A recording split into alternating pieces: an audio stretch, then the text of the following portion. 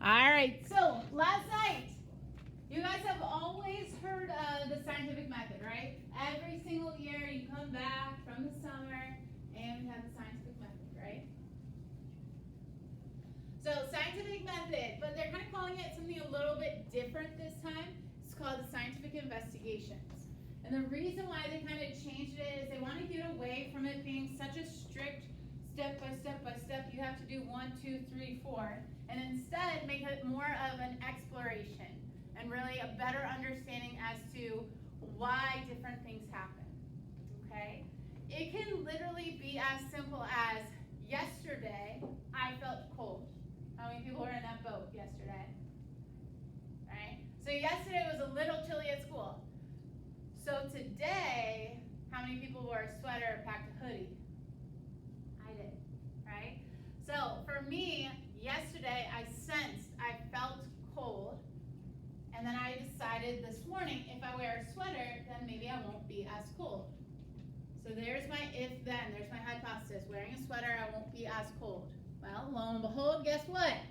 I'm not cold. So I experimented, I came to school in a sweater, and guess what? I'm not cold. So I can draw some conclusions from that, right? So maybe during the summer months when it's 92 degrees out, they're gonna be pumping up the AC in here, right? So maybe those days, pack a sweater, right? So a scientific investigation can be as simple as that. It does not necessarily have to be developing the COVID vaccine, right? But developing the COVID vaccine did follow these steps, right? And so those steps that we look at, we're trying to identify, okay, what is my question or what's my problem? I identify that question or that problem typically through my senses. So yesterday I felt cold and that was my problem, right? Obviously with COVID-19, that kind of came in like a storm, right? And so that kind of spurred or caused us to be able to create or need to create a vaccine or some treatment plans for it, right? So we want to identify kind of what is our question, what's the problem, what are we trying to solve, and come up with a solution, right? So a hypothesis, do you guys remember what that is from years past? It's a guess, right? An educated guess. Most of the time you'll write it as a if then statement, right? So if then. If I water my plant, then it'll grow, or then it'll produce more tomatoes, something like that, okay? Then I'm going to go through and I'm actually going to experiment. So just because I create an if-then statement doesn't mean the world is going to believe me. If I say, if you eat 2 tomatoes a day, you'll never get COVID, think people are going to believe me? Yeah, no, definitely not, right? You got to have some research, some data to actually back that up.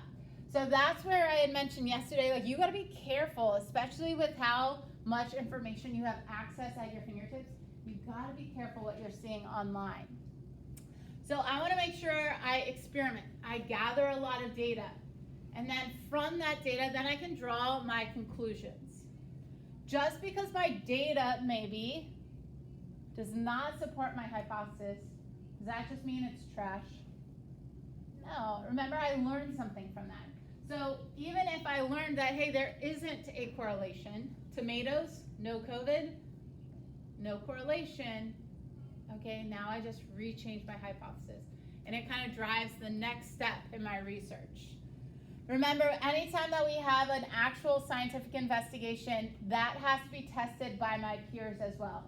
So just because I said my data worked out great once, do you think that's good enough? No, and hopefully you guys would never actually trust that. When we look at different medical advancements and stuff like that, these are taking year-long processes, right? It takes a long time for a new medication to be developed, for a vaccine to be developed. It takes a long time, lots of tests, lots of data in order for us to determine whether or not we can actually trust it, okay? So our observations, we mentioned this yesterday with the baby.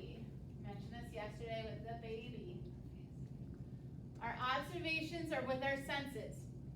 The baby, go ahead, takes a scoop of the lovely carrots, right?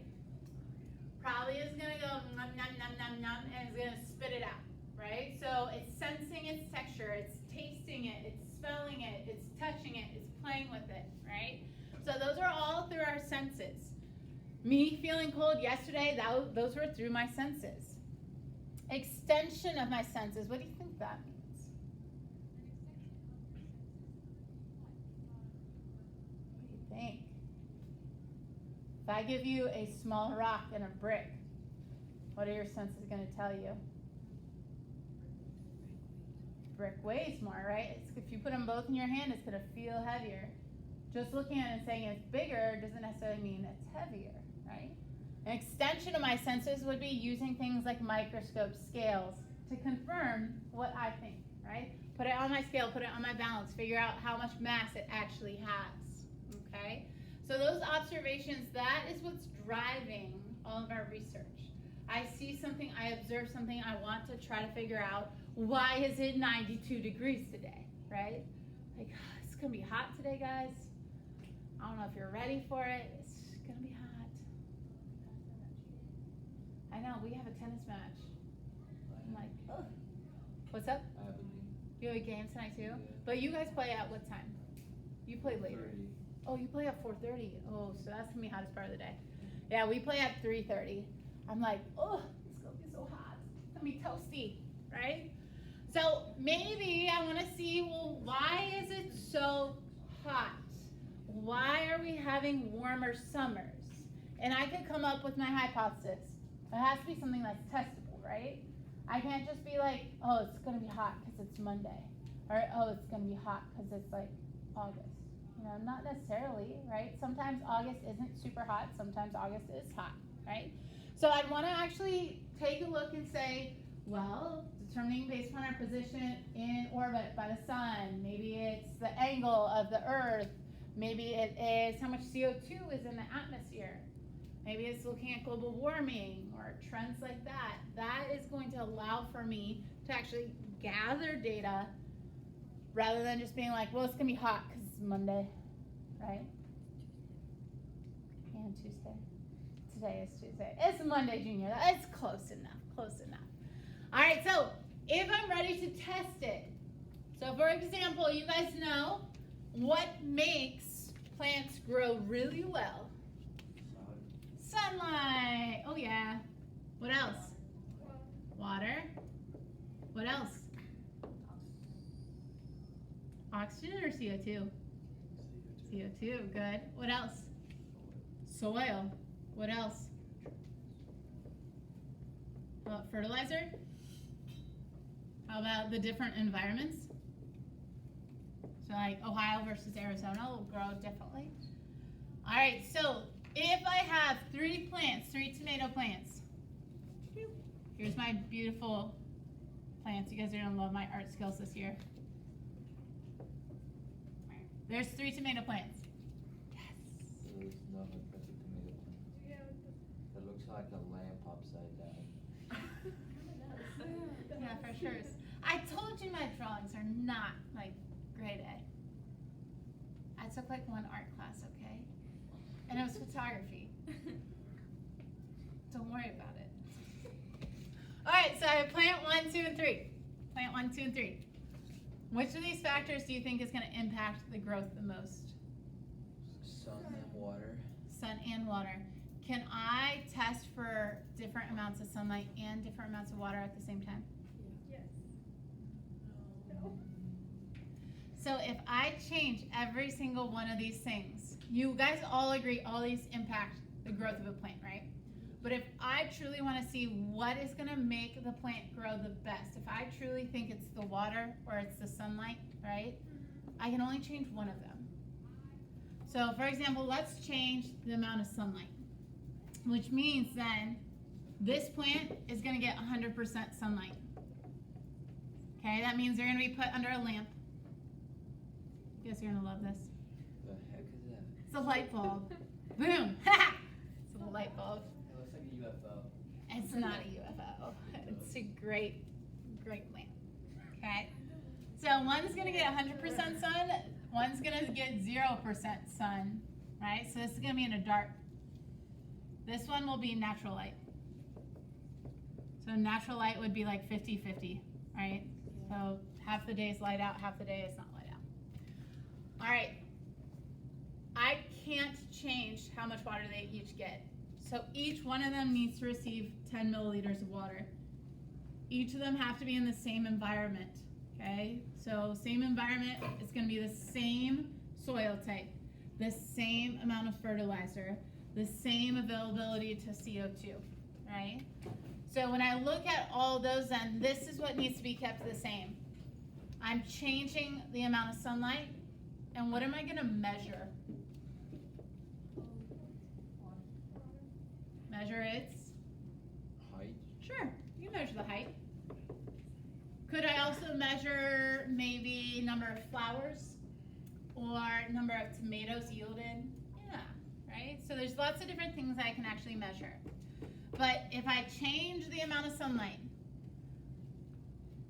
it will impact my height, correct? Yeah. What do you guys want your hypothesis to be? Which one's gonna grow the greatest? How long will you leave? 100%. Oh, that's a great thing. Time. Also has to be the same. Let's leave it for 2 weeks.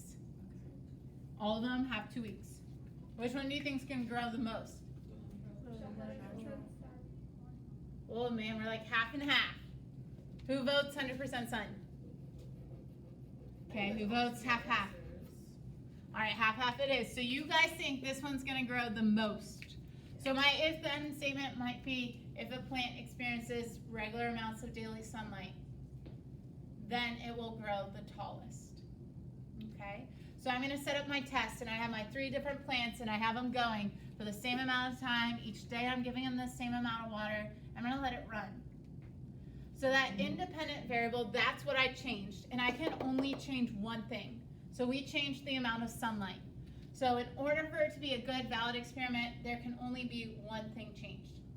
Because if I change the water, the soil type, the amount of fertilizer, all at the same time, would you be able to know which one? No, we don't know which one would have the best effect. So I can only change one thing, that's my independent. So that's what I'm changing. What I'm observing or measuring is the dependent. This is what I expect to happen. This is the if and then the then. So if I change the amount of sunlight, then it will affect the height of the plant. So again, anything we change to independent, dependent is what we'd be measuring. So size of the plant, number of leaves, number of flowers, whether it's alive or if it's dead, all are gonna be important. All right, everything else, these, the amount of water, the CO2, the same soil, same fertilizer, same amount of time, same environment, those are what we call the control variable. This is what's kept constant in our actual experiment so that I can say for certain the water did not impact the growth. I can say the amount of fertilizer did not impact the growth. The soil type did not impact my results, right? So I have to be very, very, very, very careful, okay? Now I'm gonna let this go for 2 weeks. And this might be my results.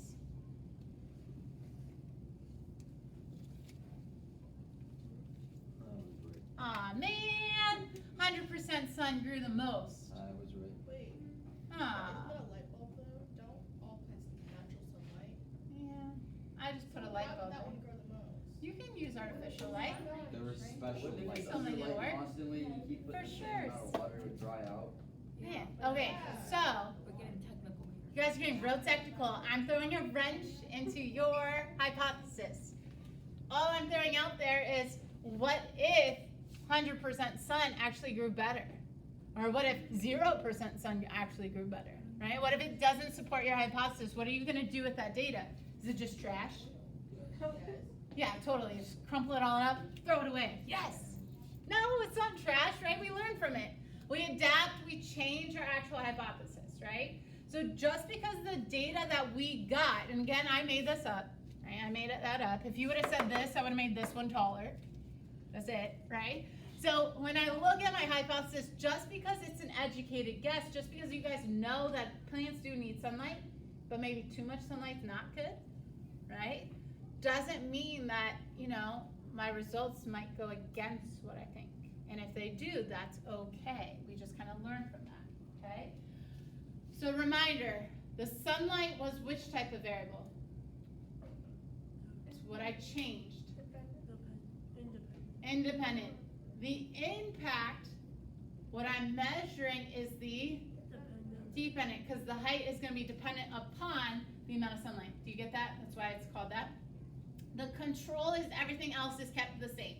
So everything else is going to be kept the same as we go through this actual experiment. Okay? So, if, for example, hopefully none of you guys walk home from school just because we got such busy roads. Well, let's say I want to walk home from school and I want to find the fastest route. Okay? So, question for you. What am I going to change? The route. What am I going to measure? The time, right? What is going to be kept the same? The walking speed. I love it. It's not fair if I walk twice as fast one time and not as fast the other time. What else? Yeah, where you start and where you end, your locations.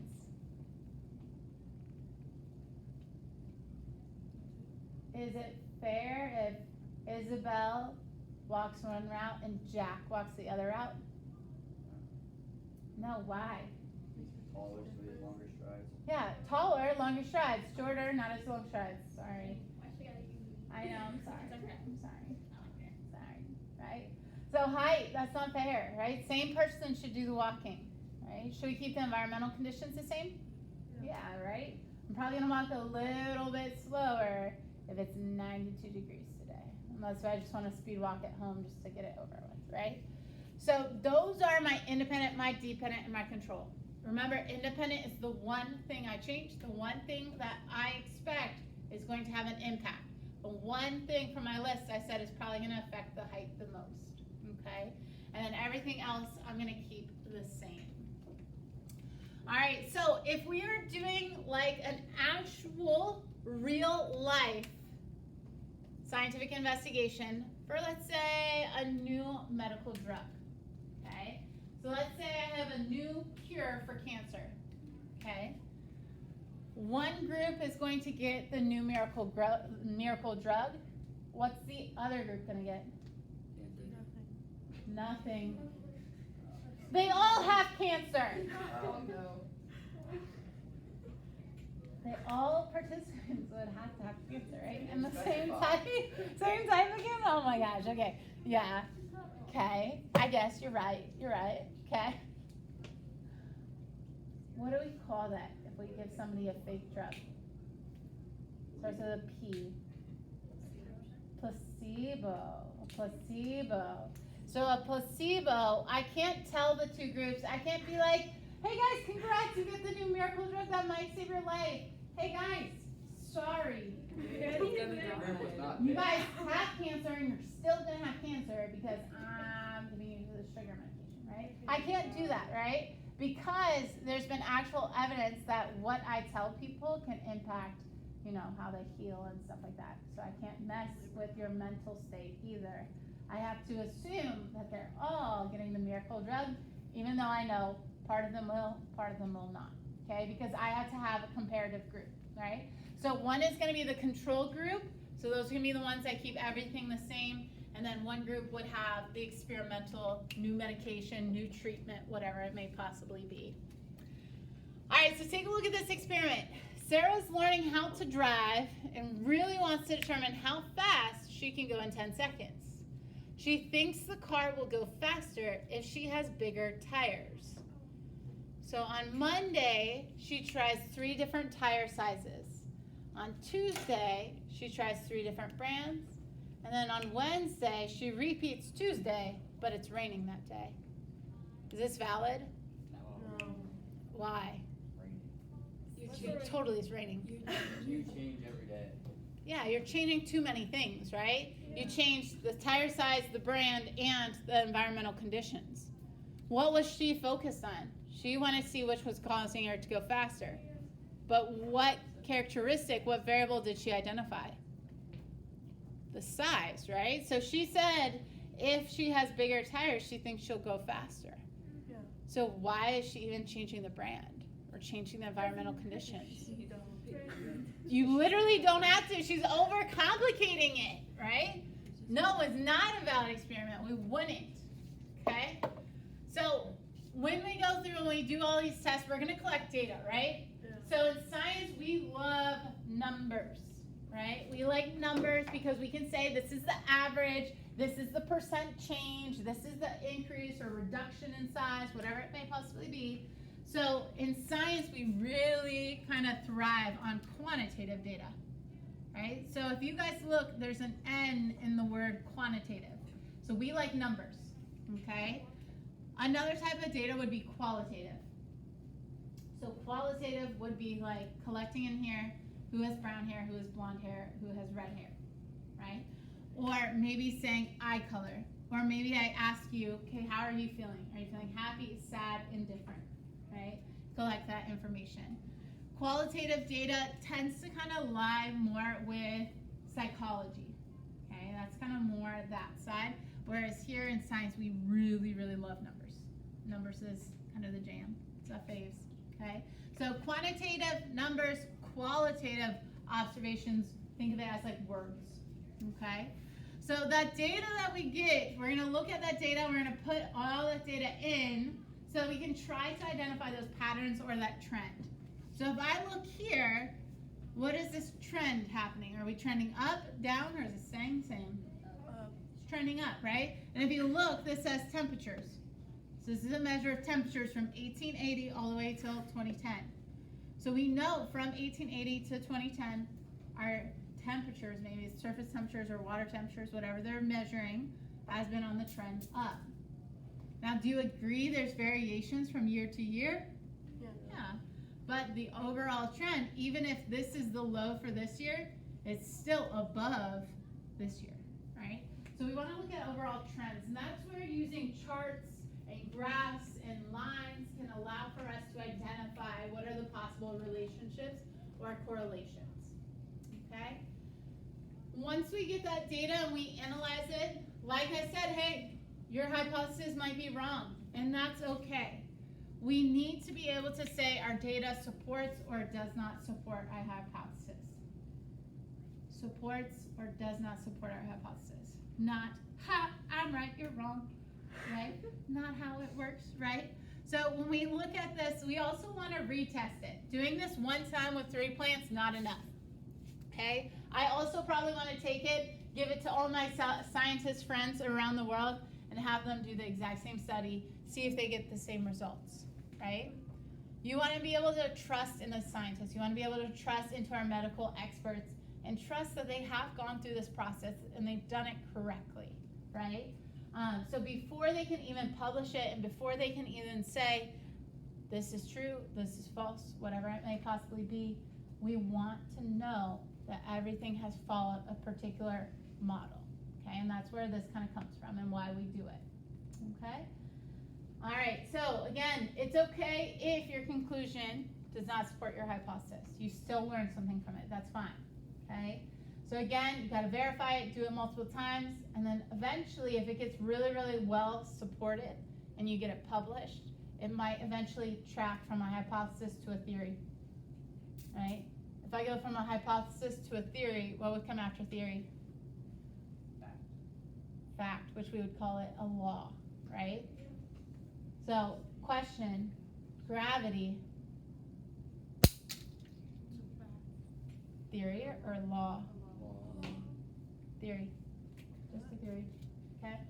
So, when we look at it, obviously our hypothesis, our theory, it takes time, it takes a lot of evidence, and allows for us to kind of continue to learn from our experiments. It does not necessarily have to be, oh, this is law.